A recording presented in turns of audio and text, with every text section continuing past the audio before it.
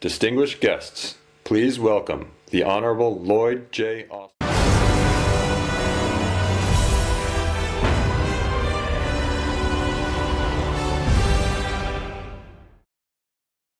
Здравейте, приятели, с предизборният епизод на Кретеклизми. Преди да излъча двата преведени специално за вас видеоматериала, които обещах миналия път, само ще засегна набързо няколко новини.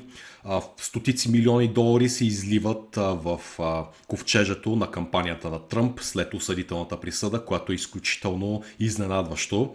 Също така огромни бройки чернокожи избиратели даряват все повече и повече пари за Тръмп, асоциирайки се, свързвайки се до голяма степен с него, тъй като и той, подобно на чернокожото население в щатите, е мачкан от абсолютно несправедлива система, или поне те така възприемат, те така виждат случаят с Тръмп и го свързват с себе си. Преди няколко дни един от говорителите на китайските въоръжени сили заяви, че китайската армия е готова да се бие редом с руската армия срещу световната несправедливост.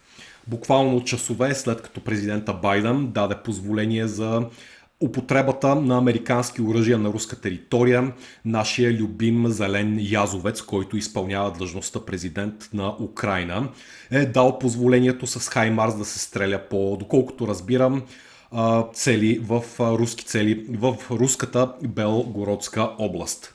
В тази връзка вчера Владимир Путин е дал много сериозна пресконференция с редица световни медии, включително и медии от западния свят, тип Associated Press и така нататък. Тази пресконференция не съм имал възможността да я гледам. Попаднаха пред очите ми само отделни кадри от нея.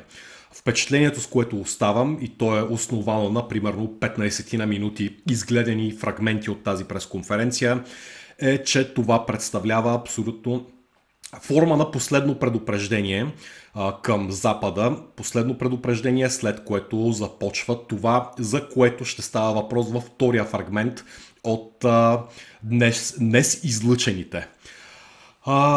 По отношение на изявленията на Владимир Путин, така доста силно впечатление е направило изявлението и виждам в интернет и сред западните медии навсякъде изявлението, че Владимир Путин или Руската федерация сериозно се замислят дали да не предостави своите високотехнологични оръжия на трети страни, които да стрелят по американски цели, които се намират на територии, които са заети от американците.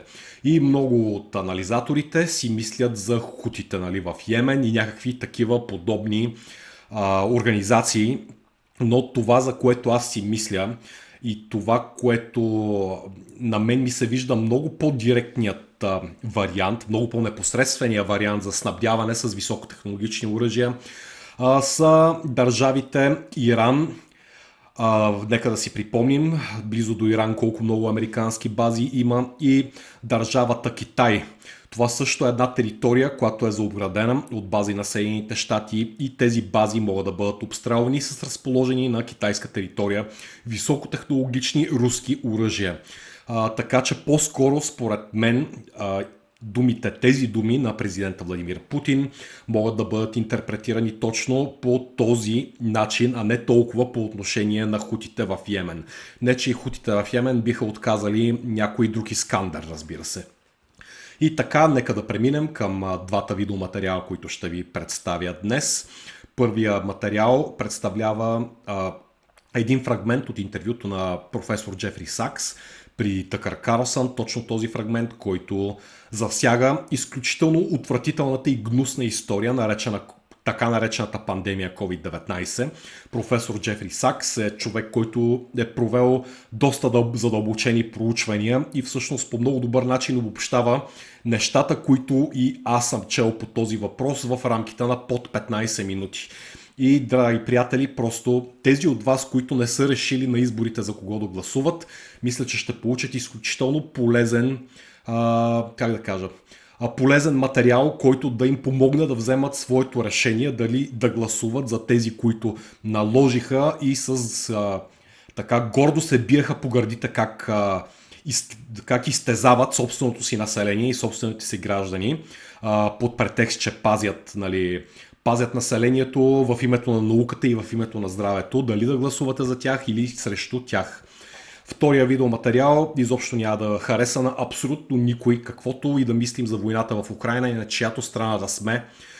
Който и да мислим, че е виновен, този видеоматериал, който представлява фрагмент от поредица изказвания на руския военен и геостратегически анализатор Константин Сивков или Сивков, не знам точно как се произнася. Това, драги приятели, никак няма да ви хареса. На мен определено не ми хареса, когато го видях. Но това е позицията, за да бъде изказвана по руската телевизия на най-вероятно много хора, които са свързани с руските въоръжени сили и на много ръководни лица в въобще военните структури и военно-промишлените структури на Руската федерация. Драги приятели, за добро или за лошо, приятно слушане. I was not against vaccines. I hadn't really thought about them. I thought they were, I guess, miracles of science. That's what I was told. I don't even know what I think of vaccines now. But I'm skeptical. But the COVID vax, all I knew, I didn't know anything about mRNA technology. Of course, I still am not an expert on that.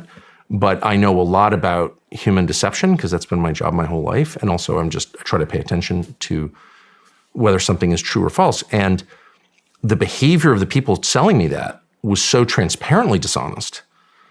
I didn't know that the vax wouldn't work, which it didn't, of course. I didn't know that it would cause harm, which it did. But I did know that the people selling it were liars. Like I knew that instantly. And I know some of them, but I could just tell by their behavior they're lying. Not just protecting themselves, but reducing their transmission to other people and allowing society to get back to normal. We can kind of almost see the end. We're vaccinating so very fast. Our data from the CDC today suggests, that vaccinated people do not carry the virus, don't get sick. Getting vaccinated and getting a booster shot when eligible can save your life and protect you and your family and friends from getting seriously ill and spreading infection. What do you think the probability is? 80%? Personally, I think it's 100%. I think that there's a reduction in transmission. Right. COVID, if you have these vaccinations. We have all the vaccines we need. We just need our people to take it. A, for their own protection, for the protection of their family, but also to break the chain of transmission. You want to be a dead end to the virus. So when the virus gets to you, you stop it. You don't allow it to use you as the stepping stone to the next person. Now we know that the vaccines work well enough that the virus stops with every vaccinated person. A vaccinated person gets exposed to the virus does not infect them, the virus cannot then use that person to go anywhere else.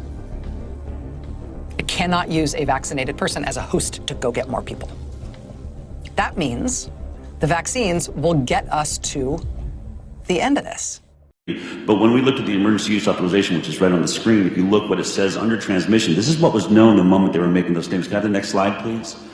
What was known was that the data are not there, limited to assess the effects of the vaccine against transmission of SARS-CoV-2. They had no idea. They had no idea if it would stop the infection, yet they were making those statements on the news. Plus, the Pfizer COVID vaccine tested on stopping the transmission of the virus before it entered the market. If not, please say it clearly. If yes, are you willing to share the data with this committee? And I really want a straight answer, yes or no, and I'm looking forward to it. Thank you very much. Regarding the question around, did we know about stopping immunization before it entered the market? No. We had to really move at the speed of science to really... And I was like, I don't know what this is. No one in my family's getting this. We're not doing this. And I'm not doing this, period. Like I figured that out the first day. Yeah. That's not true. I did not figure it out. I still haven't figured it out. But I felt it so strongly and I just obeyed. And I think that works. Where do you think COVID came from? COVID? The question is which lab and in which way. It almost surely did not come out of nature. It almost surely came out of a deliberate research project that had a core idea, which was to take a natural virus and make it more infectious. And we have one major blueprint of that, which is a research proposal called Diffuse, which was submitted to the Department of Defense, to the unit called DARPA, in 2018. And it is a kind of cookbook for how to make the virus that causes COVID-19. And the virus is called SARS-CoV-2. And what's distinctive about SARS-CoV-2 is that it has something called a proteolytic cleavage site, and specifically something called a furin cleavage site. And it's just some pieces of the genome that make this thing damn infectious. Yeah. And what's interesting about it is that for this class of bat viruses, which are called beta coronaviruses, which is what SARS comes from and what COVID-19 comes from, for that class of viruses, and there are several hundred known, none of them in nature ever had that particular piece of the genome called none, other than SARS-CoV-2. And that piece of the genome, the furin cleavage site, was an object of research attention from 2005, because it was understood that if a virus were to have that, it would make the entry of the virus into human cells easier, and it would make the virus, therefore, infectious for humans. SARS-1, which is the first outbreak of a virus like this in 2003 in Hong Kong, was most likely a natural virus that came from a farm animal. And it was not so infectious. It killed some thousands of people.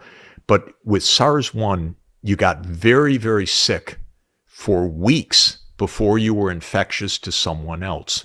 And that meant that it was not so hard to stop by isolating people who had the symptoms. With SARS-CoV-2, you are infectious even without any symptoms. Sometimes you're completely asymptomatic. So what's the difference of SARS-1 and SARS-CoV-2? The furin cleavage site.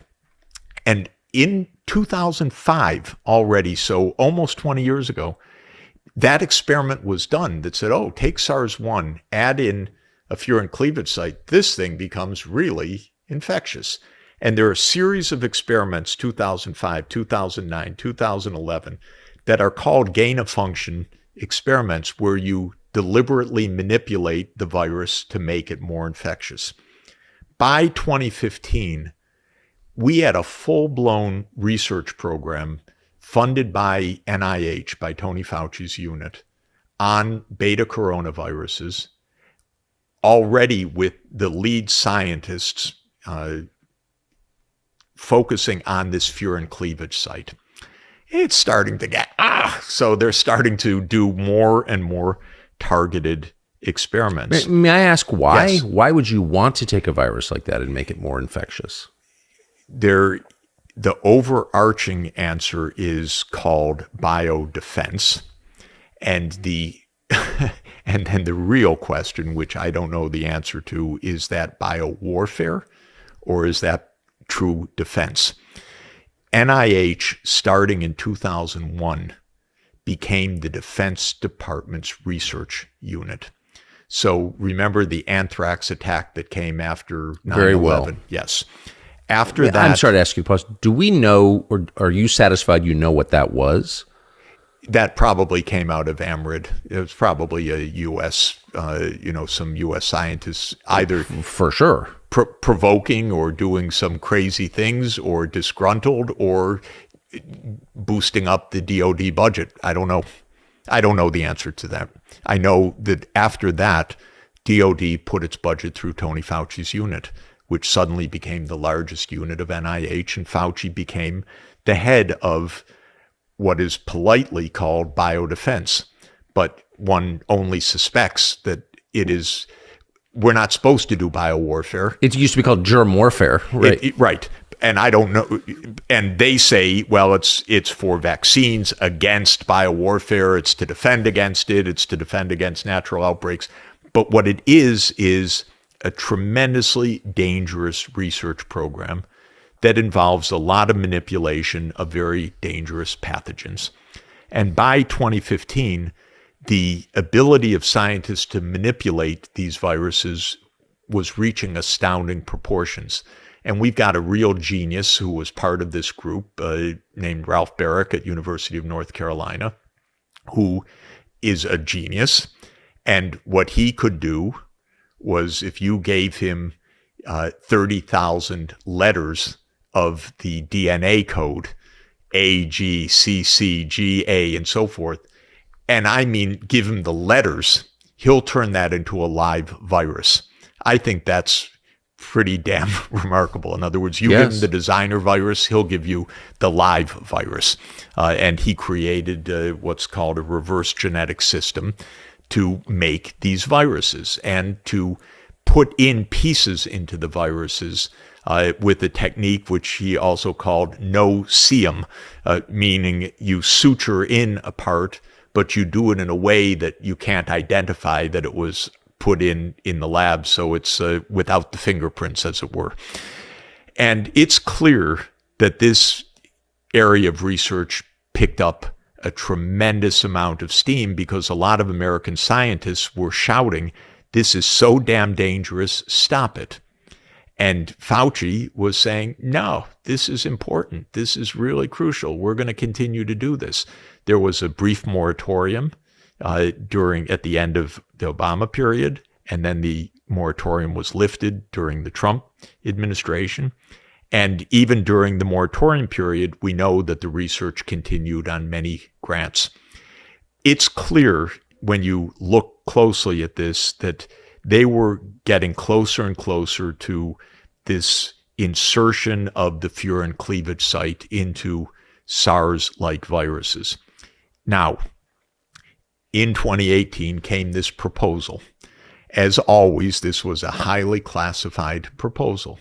We only learned about it after the fact by a whistleblower. We never even would have learned about it, even in all of the commotion of the pandemic, but for a whistleblower, a brave whistleblower in the Department of Defense who said the public needs to see this. And when you look at the diffuse proposal, really you say, holy shit, because on page 10, it says, we have collected more than 180 previously unreported beta coronaviruses. And on page 11, it says we're going to test them for whether they have a proteolytic cleavage site, which is a furin cleavage site. And if they don't, we're going to insert a furin cleavage site into them. It's the goddamn cookbook for how to make this virus. So here comes the Defense Department turned it down, supposedly. I mean, probably did. And then comes the question, well, so what happened? Well, the people that wrote that little cookbook said, not us. We didn't do anything like that. No, it got turned down. Nothing to look at here. And there are all, I know because people have told me, oh, Jeff, it's not just that it got turned down. They had done the work even before they submitted the grant proposal. That's not uncommon in science, which is you do a lot of the work beforehand. So I've heard that on good authority. I can't verify it personally. And there are so many strands now that say, yeah, something really screwy was going on. For example, there's a very weird paper, weird to me, by Barrick and the head of what's called Rocky Mountain Laboratory, which is a NIH laboratory under Fauci's authority, that reports this completely bizarre finding. And the finding sounds very technical, but it says the Wuhan Institute of Virology type 1 virus does not infect Egyptian fruit bats. Okay, that's the title. So you say, so what the hell is that? What that is that obviously in 2019, and 2018, they were doing experiments using viruses from Wuhan in the Rocky Mountain labs with their collection of bats. Okay, so one theory, and the bats in Rocky Mountain labs is called an Egyptian fruit bat. It's not the kind of bat that carries this virus in China, which is in Yunnan, which is a different kind of bat. But they tried it in Rocky Mountain lab. I scratched my head and said, what the hell? We have Rocky Mountain Lab doing experiments with Wuhan viruses in Montana in NIH labs with Ralph Barrick, who is one of the principal investigators of the insert the furin cleavage site into the virus. I'd like to know more about that. Thank you. Isn't that curious? Then there are other scientists that have pieces of this puzzle. So the answer is we don't know exactly. One theory is that it was concocted in the US and sent over to Wuhan, to this Wuhan Institute of Virology, for testing in their bat collection, which is the Chinese bats rather than the Egyptian fruit bats. That's plausible. That's one person's theory. There are other theories that even a related research group, of German and Dutch, may have played a role because they have in Wuhan research. But when the virus broke out in that period at the end of 2019, early 2020, there's commotion among the scientists.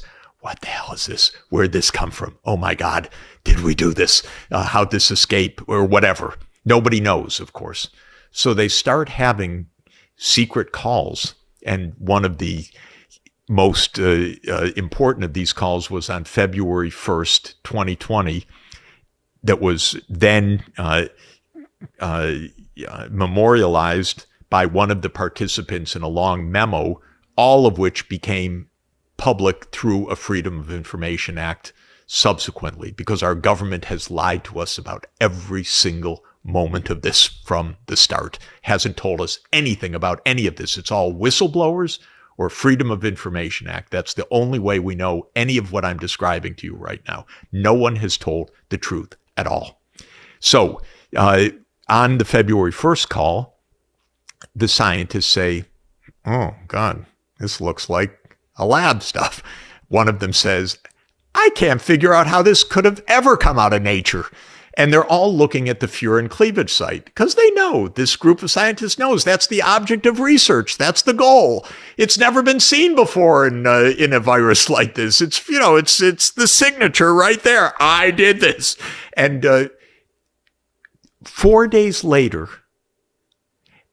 that group authors the first draft of a paper called The Proximal Origins of SARS-CoV-2 that says it's a natural virus. The same people wrote it? The same people who privately said it's out of a lab, most likely. So it's just, that is provably a cover-up then? That's a cover-up. This paper is a fraud. It has not been retracted until today. And it's a fraud. Where did it run? It ran in Nature Medicine in March 2020. Which I think is considered one of the most credible medical journals, right? When I read it, when it came out, it was, I think, the most cited paper in biology or in medicine by far in 2020. Everyone wanted to know where this virus came from. I read it, and I went around knowingly telling everyone, oh, it's natural. You have to read Proximal Origins of SARS-CoV-2. Because it never occurred to you they would lie in Nature Medicine. Because this is the top of the heap of the scientific journals and the scientific establishment. The top. Nature. You know, there are two great science magazines in the world that have a history that is so deep. One is Science, that's the US one, and the second is Nature, which is the British one. And Nature is the one that originally published Darwin, and it's so illustrious.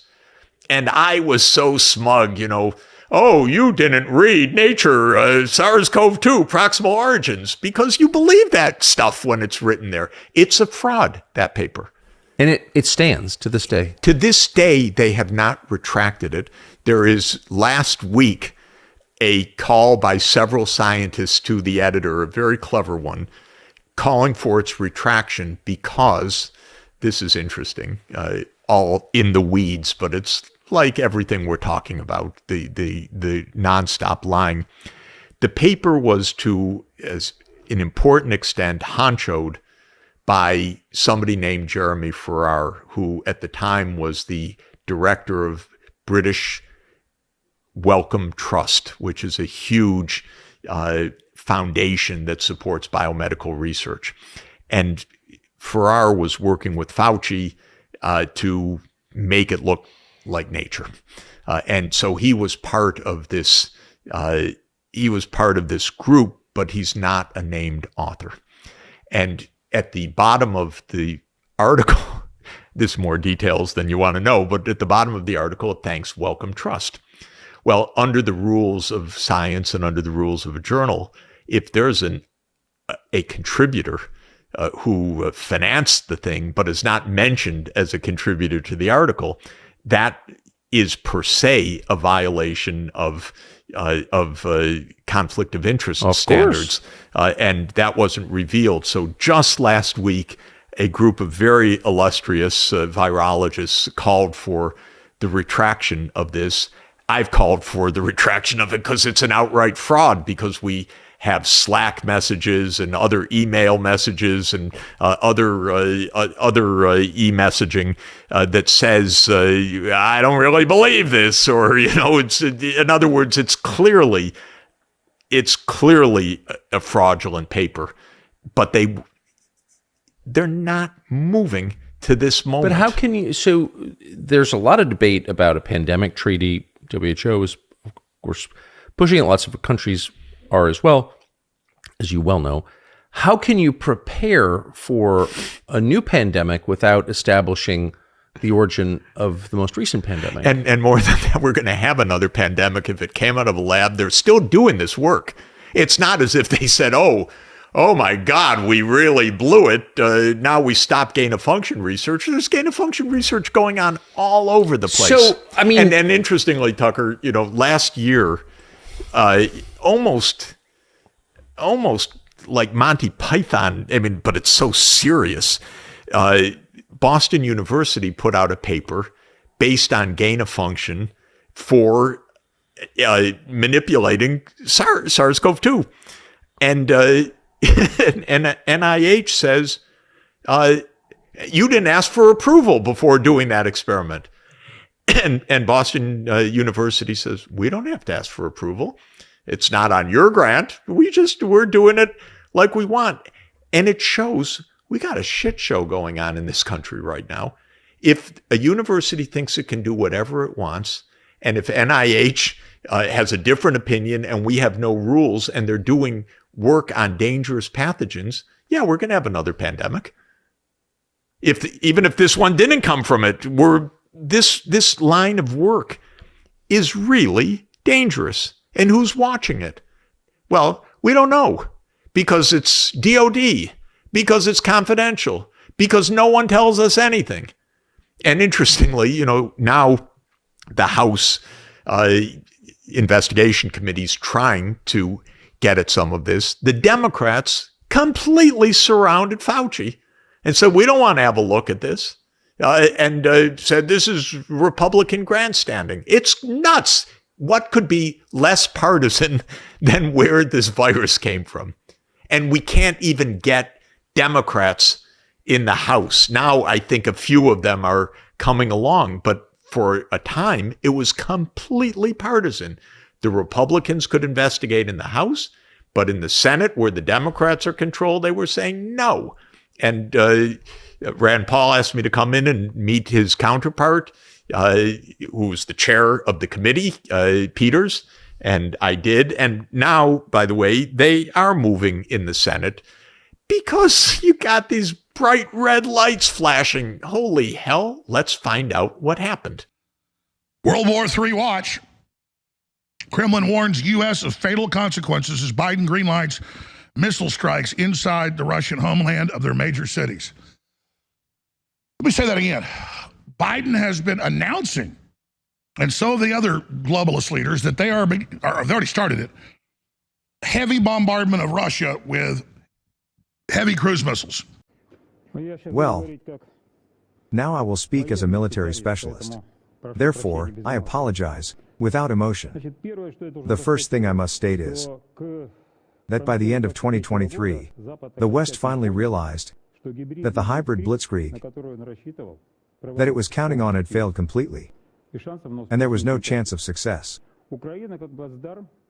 Ukraine still remains as a springboard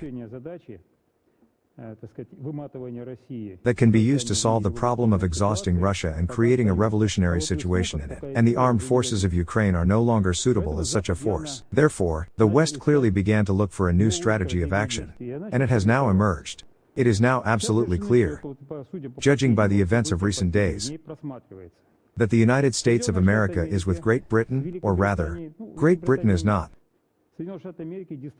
But the United States of America is distancing itself from being directly drawn into this conflict. As for Europe, it appears that Europe is going to be completely drawn into this conflict. Moreover, what I have been observing over the past 3 weeks fits into the concept of a war vortex. In other words, in military terminology, this means the pre-war period. What is the essence of a war funnel? There is no mysticism here. Circumstances and situations develop in such a way that when choosing a course of action, politicians have only one option left: escalation. The path to de-escalation from different points of view. From the point of view of domestic policy, foreign policy, for these politicians is mainly through loss of face, loss of image, perhaps even recognition of an independent military political defeat, not military, but military political. Therefore, events developing in such a situation in a standard way, the move of one side, the response of the other side, they all follow the path of escalation. And first Cameron declares, our foreign minister Lavrov makes an adequate answer, that we will attack British targets. We are conducting exercises of non-strategic nuclear forces. They reply that they are ready for all NATO countries to allow Ukraine to use long-range weapons against Russia. According to our border guards, the leadership of our border guards reported that they, too, are conducting their nuclear exercises at our borders. Our president speaks in Uzbekistan. You quoted him here. He gives a warning. In response, Sweden announces the delivery of ASC-890 aircraft to the territory of Ukraine, 2 of them. These are radar patrol aircraft. That is, this is a classic war funnel diagram, and if there is no way out of it, then by the end of summer we may have a direct conflict with NATO. I'll tell you a little about this ASC-890 aircraft. These are radar patrol aircraft. They are Swedish made. They are made on the basis of a turboprop airliner with a flight speed of 540 kilometers per hour. It has an antenna radar station. The most important thing is that the operators of this aircraft are exclusively NATO officers, that is, they are NATO specialists. And the appearance of this plane on the territory of Ukraine means, in fact, NATO's open entry into the war. This must be clearly understood. Yes. I just want to focus your attention, dear viewers, on what Konstantin Valentinovich says. It is impossible to train specialists to work on such an aircraft even in a few months. Of course not, we are talking about years. Because no one even tries to imagine the illusory idea that Ukrainians will be pilots and operators on this plane. Absolutely right. These can only be military personnel of NATO countries. Another thing is interesting.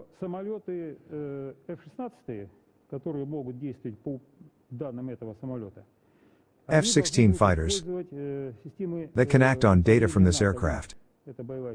They will have to use NATO control systems, Link. This is a combat control system that does not exist in Ukraine. This is not the Elon Musk system widely used there. This is a specialized military link system based on space military communications, and others. That is, simply put, only NATO pilots will be able to use F-16 aircraft. That is, de facto,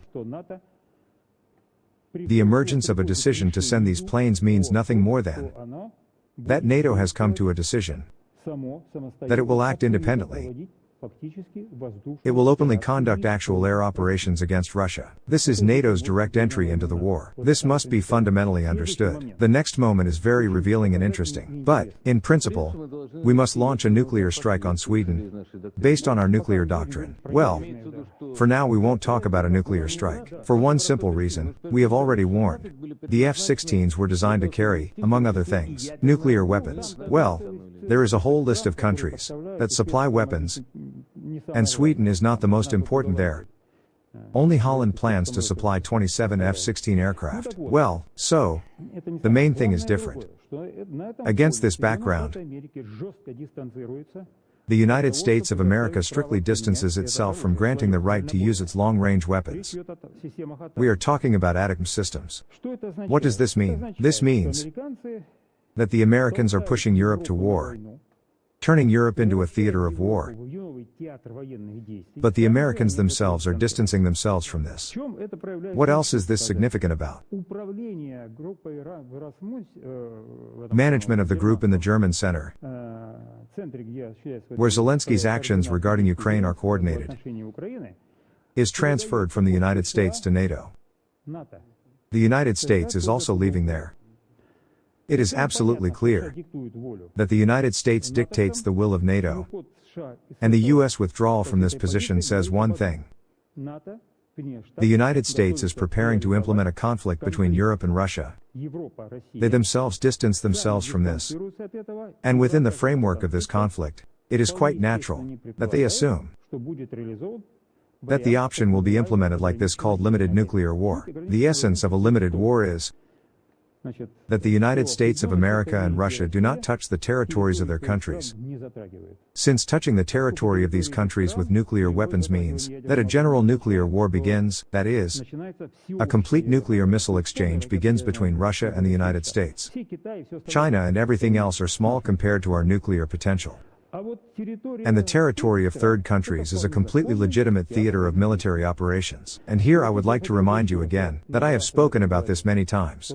What did our president say about small territories? In a nuclear war, neither morale, nor economic potential, nor demography, nor the beauty of nature, nor anything matters. Only two factors matter: the area of the territory and the number of warheads.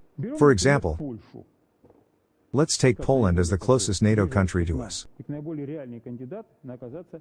This is the most realistic candidate for being a small, limited theater of nuclear war. Are there 20 major cities there? Hardly. Even if we calculate that we need to allocate 2 warheads for each city, this is only 30 to 40 warheads. What is 30 warheads? This is just a salvo of 1 division of Iskander missiles. 16 launchers, each of them has 2 warheads. If they are nuclear, that's 32 pieces. Flight time is from 5 to 6 minutes. Preparation of flight missions, which are prepared on site, takes 3 minutes. It will take 5 minutes to deploy. In 10 to 15 minutes, Poland as a state, and the Poles as a people, will disappear from the face of the earth along with their language. This is something Europeans should understand very well. Therefore, I now urge once again the European peoples to think hard about what they are doing. Now, there is one more question. Our Voronezh M radar station in Armavir, which kept the southwestern strategic direction under control, was attacked. According to Article 18, Paragraph 3, based on state policy in the field of nuclear deterrence, the defeat of such objects is grounds for the use of nuclear weapons. Well, of course, now we won't talk about nuclear weapons, because that's really scary. Because if we go for it, we must not forget that they will also respond. The same French, they have 190 nuclear warheads, and even if we shoot down half of them, then 90 or 95 nuclear explosions in our country is not small. We will talk about this. So, how can we respond? Firstly, there was information that it was a large 5-meter British-made drone. I heard that it is made in Portugal. British Portuguese. One way or another, the control of this drone and the preparation of the flight mission were carried out by the relevant NATO employees. And from here you need to do the following. Assemble an international commission with the participation of China and India. Within 2 or 3 days, make a conclusion for this commission that this is a drone made in Britain. And on this basis we must conclude that it was a blow. It was aggression on the part of Britain and Portugal. Well, Portugal, God bless it, the main one there is Britain.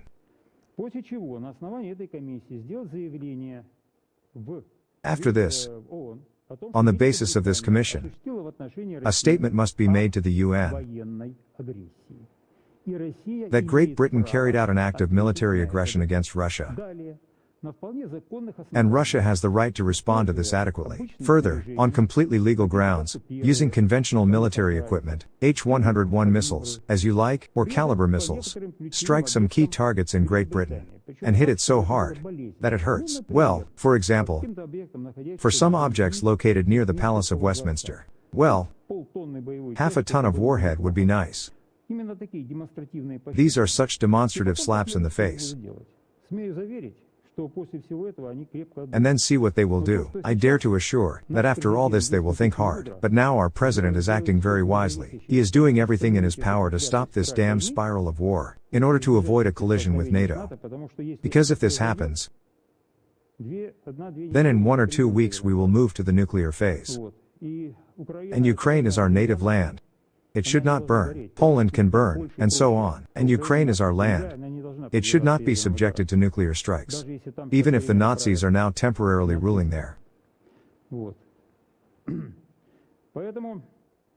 So this will help cool their heads, because, of course, I want to say, I observe how our president acts, how carefully military operations are conducted at the front, so as not to be provoked. These are very talented actions. Literally, as the great Ivan Yefremov said, our president acts while balancing on the edge of a razor blade. Exactly. Therefore, we wish success to our president.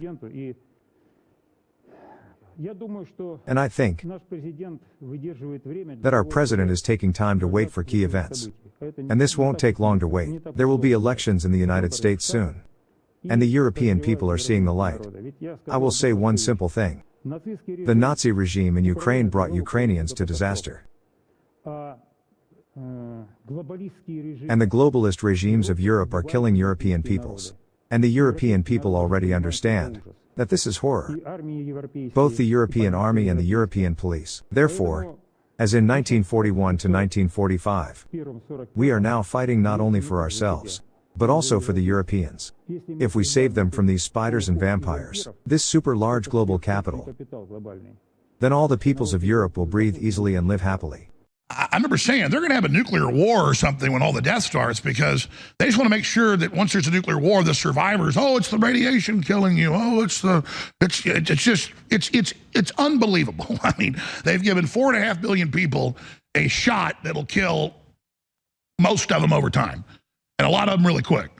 And now it's right on time as all the death comes out that, okay, we got to go ahead and have the nuclear war now, or they're gonna get us. So I think there's about to be a nuclear war. And I'm really sorry for everybody.